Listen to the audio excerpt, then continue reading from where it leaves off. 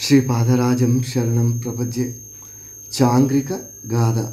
పూర్వం కృతయుగంలో పురందర అనే పట్టణంలో చాంగ్రికుడు అనే విప్రుడు ఉండేవాడు. అతడి భార్య పేరు భామ.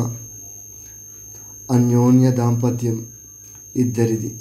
చాంగ్రికునికి ఇంద్ర పదవిని అధిష్ఠించాలని కోరిక.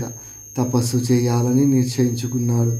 అనువైన ప్రదేశం ఎక్కడా అని ఆ దంపతులు అన్వేషణకు బయలుదేరి భూగోళం అంతా సంచరించి పర్వతాలు, అరణ్యాలు, నదీ తీరాలు, సరోవరాలు అంతటా గాలించారు. ఎక్కడ వారికి అనువైన ప్రదేశమే కనిపించలేదు. దిగులుగా కూర్చున్నారు.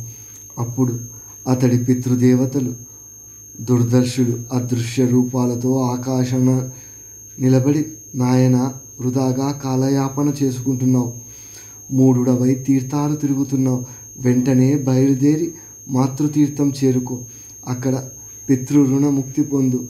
ఆ తీర్థంలో రేణుకా సమక్షంలో భక్తి శ్రద్ధలతో పితృదేవతలకు పిండ ప్రదానం చేస్తే అది కర్తకు, పితృదేవతలకు సద్గతులు కలిగిస్తుంది. అంచేత మిగతా తీర్థాలన్నీ నిరర్ధకాలు, వాటి సంగతి మర్చిపో, వెంటనే మాతృతీర్థం చేరుకో అని సలహా ఇచ్చాడు. అందుమీదట చాంగ్రికుడు వెంటనే బయలుదేరాడు.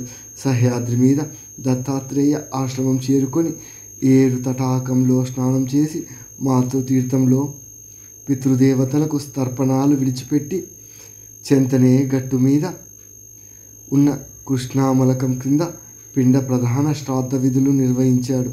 ఆ క్షణంలోనే అతని పితృదేవతలు ముక్తులై అక్షయ పుణ్యలోకాలకు వెళ్ళిపోయారు. జయ గురుదేవ దత్త.